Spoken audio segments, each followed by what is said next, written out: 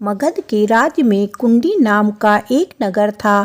कहा जाता है कि कुंडी नगर रावण की सोने की लंका की ही तरह सोने से बना हुआ था। इसी नगर में चारुमती नाम की ब्राह्मण महिला रहती थी। वह हर रोज माँ लक्ष्मी की पूजा करती थी और पूरे लगन से अपने पति और सास ससुर की सेवा भी करती थी। एक रात जब चारुमती सो रही थी तो उसके सपने में माँ लक्ष्मी आई। उन्होंने चारुमती से कहा, मैं वरलक्ष्मी हूँ। जिस तरह से तुम मेरी पूजा करती हो मैं उससे बहुत प्रसन्न हूँ। अगर तुम सावन के महीने के अंतिम शुक्रवार को मेरा व्रत रखकर मेरी पूजा करो तो मेरे आशीर्वाद से तुम्हें सुख समृद्धि मिलेगी और संतान की भी प्राप्ति होगी। इसके अलावा अगर तुम यह व्रत अन्य लोगों से भी करवाओगी तो उन्हें भी इसका शुभ फल मिलेगा। सुबह होने पर चारुमती ने सपने वाली बात अपने पति और सास ससुर को बताई। उन लोगों ने सलाह देते हुए कहा कि सपने की बातें सच होती हैं, इसीलिए उसे सपने के अनुसार सावन माह के आखिरी शुक्रवार को माँ वरलक्ष्मी का व्रत करना चाहिए। साथ ही उन्होंने नगर की अन्य महिलाओं से भी यह व्रत कराने की सलाह दी। इसके बाद सावन का महीना आने पर आखिरी शुक्रवार को चारुमती के साथ नगर की अन्य महिलाओं ने भी माँ वरलक्ष्मी का व्रत रखा और उनका पूजन पाठ किया। उस शुक्रवार के दिन चारुमती के साथ सभी महिलाओं ने सुबह उठकर स्नान किया, साफ कपड़े पहने और मंडप सजाकर उसमें भगवान गणेश व माँ लक्ष्मी की वर मुद्रा में मूर्ति रखी और कलश स्थापित करके पूरे विधि विधान से उनकी पूजा की। पूजा के आखिरी में सभी महिलाएं जब उस मंडप की परिक्रमा करने लगी तो अचानक सभी महिलाओं का शरीर गहनों से सज गया। इस तरह यह पूजन करके सभी महिलाओं को धन संपत्ति मिली। इसके अलावा उनका घर भी पशुधन जैसे गाय, घोड़े, हाथी आदि से भर गया। माँ वरलक्ष्मी की कृपा से उनका नगर सोने का बन गया। तभी से नगर के सभी लोग चारुमती की प्रशंसा करने लगे और माँ श्री वरलक्ष्मी की हर सावन माह के आखिरी शुक्रवार को पूजन करने लगे। इस कहानी से हमें यह शिक्षा मिलती है कि पूरे विधि विधान से की जाने वाली पूजा का परिणाम अच्छा ही मिलता है।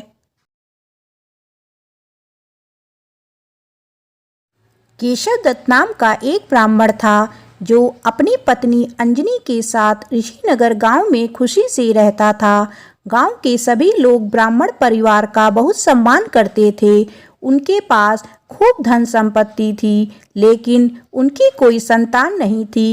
इस कारण दोनों पति पत्नी दुखी थे। पुत्र प्राप्ति के लिए दोनों हनुमान जी की पूजा करने लगे। ब्राह्मण हर मंगलवार जंगल में हनुमान जी की पूजा करने के लिए जाता था। पत्नी घर में ही महावीर का व्रत रखती थी। दोनों शाम को बजरंगबली को भोग लगाकर व्रत खोलते थे। ब्राह्मण और उसकी पत्नी को हनुमान जी की पूजा करते करते कई साल बीत गए, लेकिन उन्हें संतान नहीं हुई। एक समय आया जब ब्राह्मण निराश हो गया, परंतु उसने बजरंगबली पर विश्वास नहीं छोड़ा। दोनों पति पत्नी विधिवत व्रत रखते थे। एक मंगलवार अंजनी हनुमान जी को भोग लगाना भूल गई और दिन ढलने के बाद खुद भी बिना भोजन किए सो गई। उस दिन ब्राह्मण की पत्नी ने प्रण लिया कि वो अब अगले मंगलवार को भोग लगाने के बाद ही अन्न का दाना खाएगी। बिना कुछ खाए पिए किसी तरह से 6 दिन निकले। मंगलवार का दिन आया और कमजोरी के चलते वो घर में ही बेहोश हो गई। हनुमान जी अंजनी की निष्ठा देखकर प्रसन्न हो गए। बेहोशी में ही ब्राह्मणी को हनुमान जी ने दर्शन दिए और कहा, पुत्री उठो, तुम हर मंगलवार पूरी निष्ठा के साथ मेरा व्रत करती हो। मैं तुम्हारी भक्ति से बहुत खुश हूँ। इस बात से खुश होकर मैं तुम्हारी मनोकामना पूरी करने का वरदान देता हूँ। तुम्हें पुत्र की प्राप्ति होगी जो तुम्हारा खूब ध्यान रखेगा। इतना कहकर बजरंगबली वहाँ से अर्धन हो गए। तभी अंजनी उठी और भोजन तैयार करके उसने सबसे पहले हनुमान जी को भोग लगाया। इसके बाद खुद भी भोजन किया। केशव दत्त घर लौटा तो ब्राह्मणी ने उसे पूरी बात बताई। पुत्र वरदान की बात सुनकर ब्राह्मण को यकीन नहीं हुआ और वह अपनी पत्नी पर शक करने लगा। उसने अपनी पत्नी को बोला, तुम झूठ बोल रही हो, तुमने मेरे साथ धोखा किया है। कुछ समय बाद ब्राह्मण के घर एक सुंदर पुत्र का जन्म हुआ।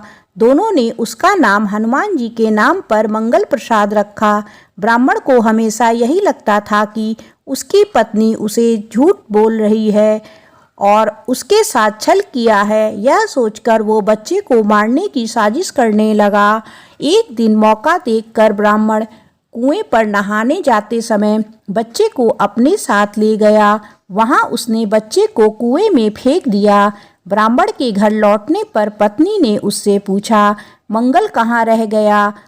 वो तो तुम्हारे साथ गया था। पत्नी के सवाल सुनकर ब्राह्मण पहले थोड़ा घबराया और फिर बोला कि मंगल उसके साथ नहीं था। तभी पीछे से मंगल मुस्कुराते हुए सामने आया। यह देखकर ब्राह्मण दंग रह गया। केशव दत्त को रात को यह सोचकर नींद नहीं आई कि मंगलदास कैसे घर वापस आ गया। उसी रात बजरंगबली ने ब्राह्मण को सपने में दर्शन दिए। हनुमान जी ने कहा, मेरे प्रिय पुत्र, यह पुत्र तुम दोनों का बेटा ही है। मैंने तुम्हारी और तुम्हारी पत्नी की भक्ति से खुश होकर तुम्हारी मनोकामना पूर्ण की है। अपने पुत्र मंगलदास को अपना लो और अपनी पत्नी पर शक करना छोड़ दो। सुबह उठकर ब्राह्मण ने सबसे पहले अपने बेटे को गले लगाया, फिर अपनी पत्नी से माफ़ी मांगी। उसके बाद ब्राह्मण ने अपनी पत्नी को बताया कि वो किस तरह उस पर शक किया करता था और मंगलदास को अपना पुत्र नहीं मानता था। ब्राह्मण की पत्नी ने उसे माफ़ कर दिया और तीनों साथ में खुशी खुशी रहने लगे। इस कहानी से हमें यह शिक्षा मिलती है कि हर चीज़ को शक भरी निगाहों से नहीं देखना चाहिए, ऊपर वाले का भरोसा करना चाहिए। और मंगलवार के व्रत की कथा अच्छे कर्मों की सीख देता है। आप सभी मेरे साथ बोलिए, बजरंगबली की जय।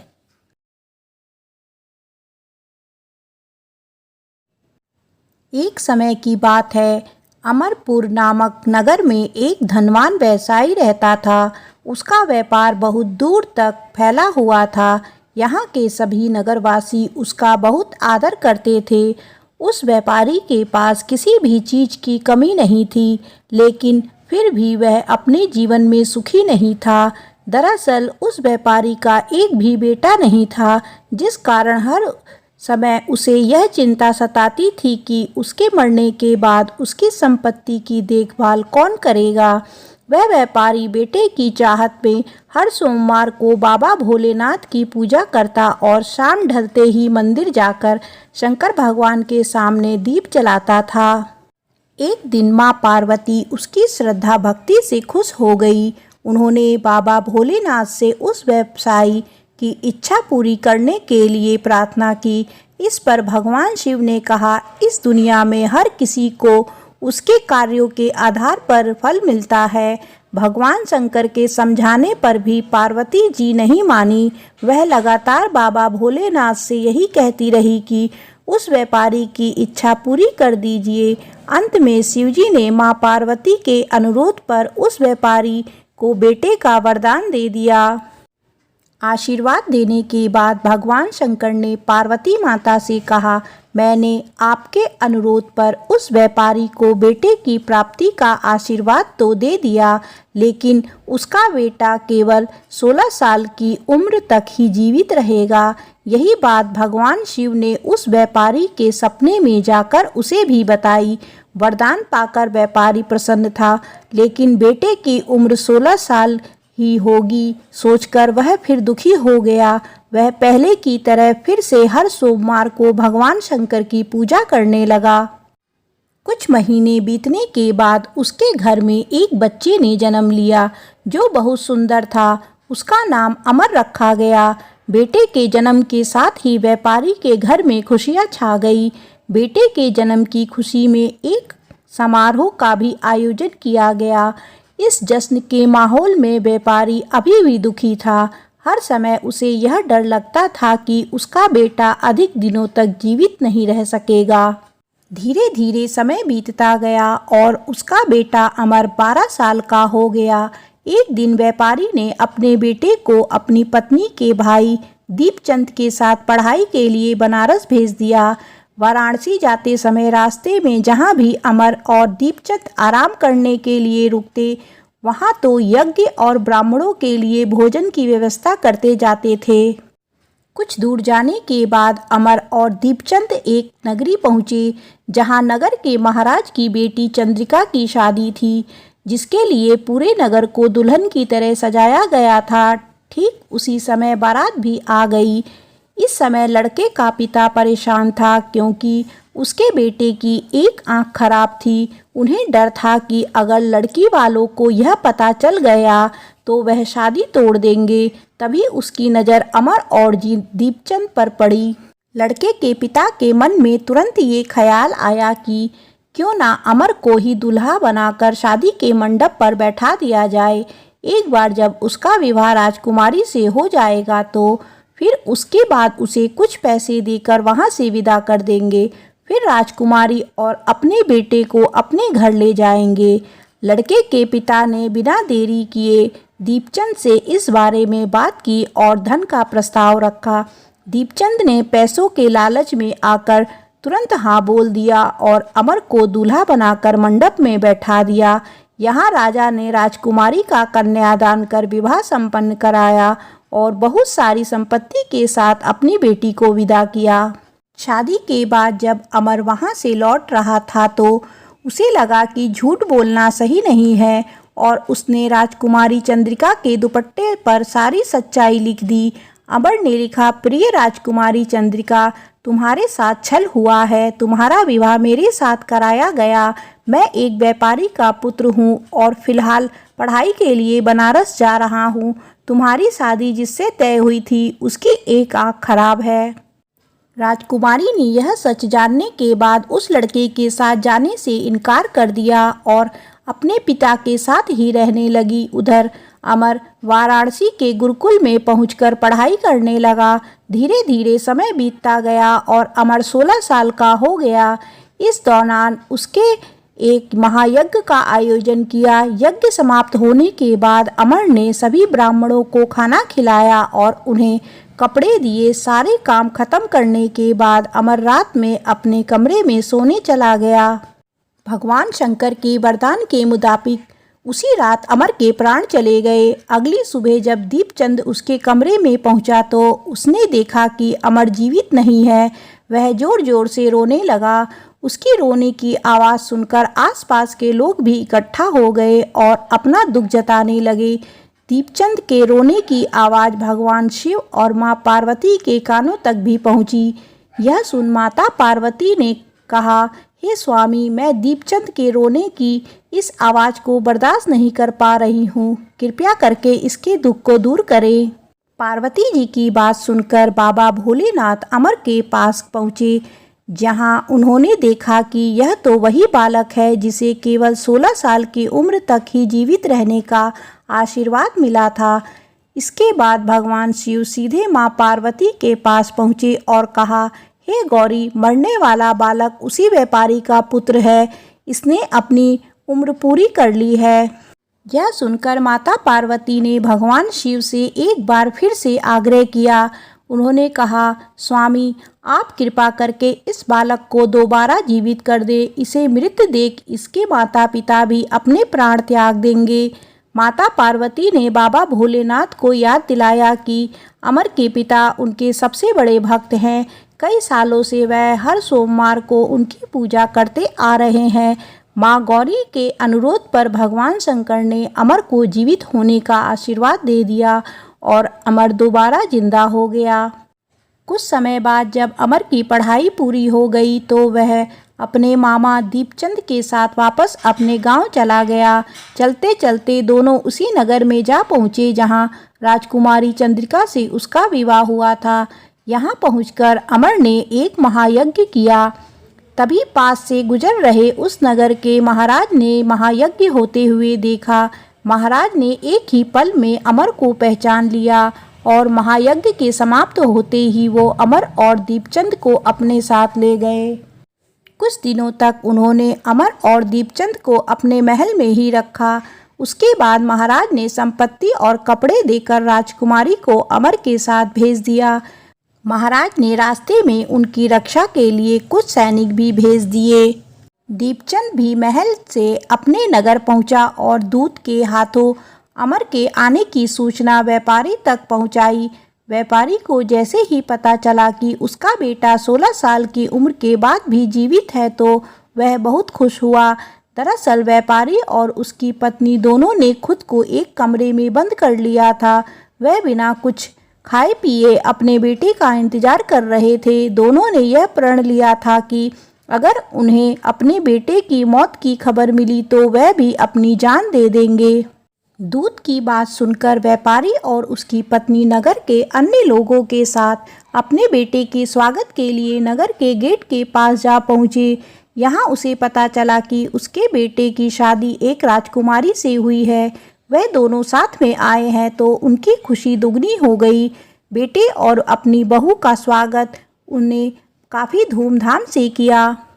उसी रात एक बार फिर से बाबा भोलेनाथ व्यापारी के सपने में आए और कहा, मैं तुम्हारी भक्ति से खुश हूँ। हर सोमवार को तुम मेरी पूजा करते हो, इसीलिए मैंने तुम्हारे बेटे को लंबी उम्र का वरदान दिया है। भगवान शंकर की यह बातें सुनने के बाद व्यापारी बहुत खुश हुआ। बेटा का जीवन वापस मिलने के बाद भी व्यापारी हर सोमवार को भगवान शिव की आराधना करता रहा। इससे शिव पार्वती दोनों की ही कृपा व्यापारी के घर में बनी रही। इस कहानी से हमें यह शिक्षा मिलती है कि अगर सच्चे मन से किसी चीज़ को पाने की चाह हो तो वह जरूर मिलती है, बस उसके लिए निरंतर प्रयास करते रहना चाहिए। भगवान शंकर की सोमवार की कथा समाप्त होती है तो आप सभी मेरे साथ बोलिए, ओम नमः शिवाय। सालों पहले एक बुढ़िया सूर्य देव की भक्ति में पूरी तरह से लीन थी। वो हर रविवार को सुबह स्नान कर घर के आंगन को गोबर से अच्छी तरह लिपाई करके सूर्य देव की पूजा करती थी। फिर सूर्य देव के लिए व्रत रखकर शाम को उन्हें भोग लगाने के बाद भोजन करती थी। उस बुढ़िया की भक्ति भावना से देव काफ़ी प्रसन्न थे और भगवान की कृपा से उस बुढ़िया को किसी तरह की परेशानी नहीं होती थी। उस बुढ़िया की खुशी और संपन्नता को देखकर उसकी पड़ोसन को जलन होने लगी। वह बुढ़िया अपनी पड़ोसन के आंगन में बंधी गाय के गोबर से ही आंगन लीपा करती थी। पड़ोसन ने जलन के मारे उस गाय को आंगन की जगह घर के अंदर बांधना शुरू कर दिया। अब अगले रविवार को सुबह बुढ़िया को सूर्य देव की पूजा करने के लिए गाय का गोबर नहीं मिला, जिस कारण वे सूर्य देव की पूजा नहीं कर पाई और पूरे दिन खुद भी भूखी रही।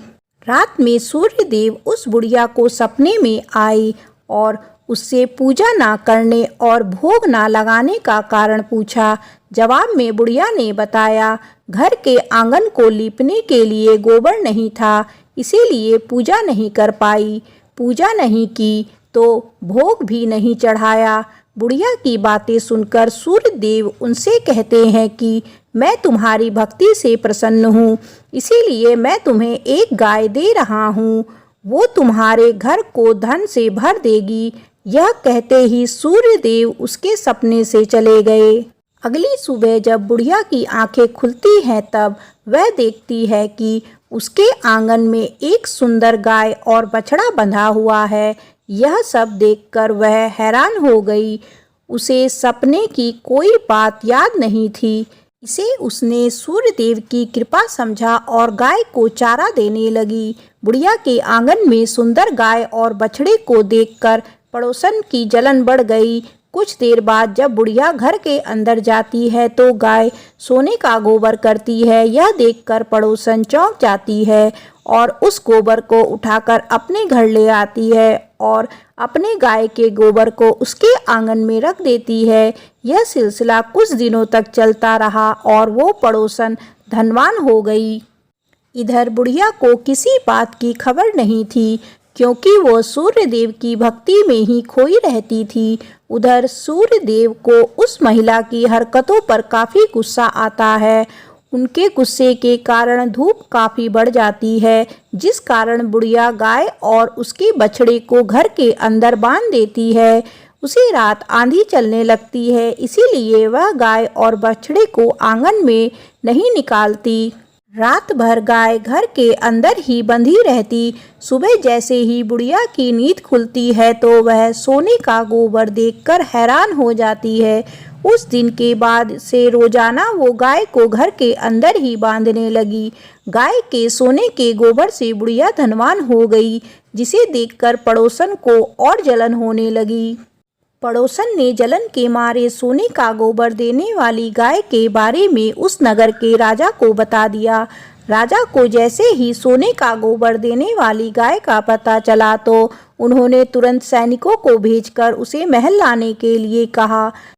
जब सैनिक बुढ़िया के घर पहुंचते हैं तब वह सूर्य देव को भोग लगाकर खुद भोजन करने के लिए निवाला उठाने ही वाली थी कि तभी सैनिक गाय और बछड़े की रस्सी खोलकर उन्हें अपने साथ ले जाते हैं। बुढ़िया उनसे गाय और बछड़े को ना ले जाने की प्रार्थना करती है, लेकिन राजा के सैनिक बुढ़िया की एक नहीं सुनते।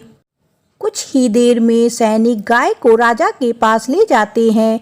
राजा गाय की सुंदरता को देखकर बहुत खुश होते हैं और उसे अपने ही पास रख लेते हैं। गाय व बछड़े के जाने के गम में बुढ़िया बिना खाए पिए पूरे दिन सूर्य देव से गाय और बछड़े को लौटाने की प्रार्थना करती है।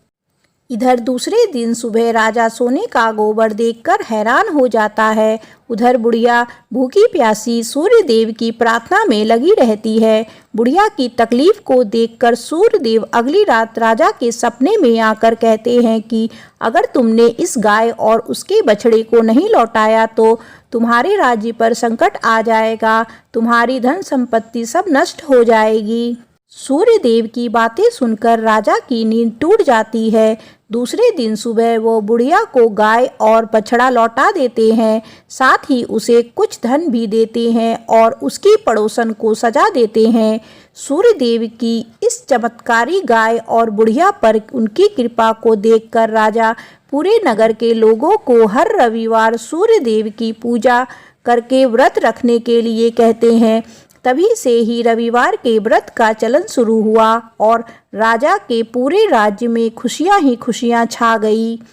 इस कहानी से हमें यह शिक्षा मिलती है कि दूसरे के प्रति द्वेष भाव रखने से खुद की ही हानि होती है। जीवन में जितना हो सके सामने वाले की मदद करनी चाहिए। ओम साई राम। सालों पहले एक गांव में कोकिला और महेश भाई नाम के पति पत्नी रहते थे। उनका जीवन सुख के साथ बीत रहा था। दोनों में प्रेम और स्नेह भी बहुत था, लेकिन कभी कभी कोकिला के पति महेश गुस्से में पत्नी से झगड़ा कर लेता था। कुछ समय बाद जब उसका गुस्सा शांत होता तो उसे अपने किए पर शर्मिंदगी हुई होती थी। कोकिला को पता था कि उसके पति को अपने व्यवसाय में फायदा नहीं हो रहा है, जिसकी वजह से उसका स्वभाव चिड़चिड़ा हो गया है। इसी वजह से कोकिला पलटकर कोई जवाब नहीं देती थी। काम सही से ना चलने के कारण महेश का ज़्यादातर समय घर में ही बीत रहा था। उसकी पत्नी बड़ी ही धार्मिक स्वभाव की थी। घर में खुशियाँ लाने के लिए वो धर्म कर्म करती रहती थी। एक दिन दोपहर के समय उसके घर में एक बूढ़े महात्मा आए। उनके चेहरे के तेज को देखकर दोनों का सिर श्रद्धा से झुक गया। महात्मा ने उनसे कुछ दान करने के लिए कहा। कोकिला ने महात्मा को भिक्षा में दाल और चावल दिए और प्रणाम करके उनके सामने बैठ गई। उसी समय कोकिला की आंखों से आंसू बहने लगे। कोकिला के आंसू को देखकर महात्मा ने इसका कारण पूछा। जवाब में कोकिला ने अपने घर का सारा हाल बता दिया। उसकी बातों को सुनकर महात्मा ने कोकिला को उपाय के रूप में साईं बाबा का व्रत करने को कहा।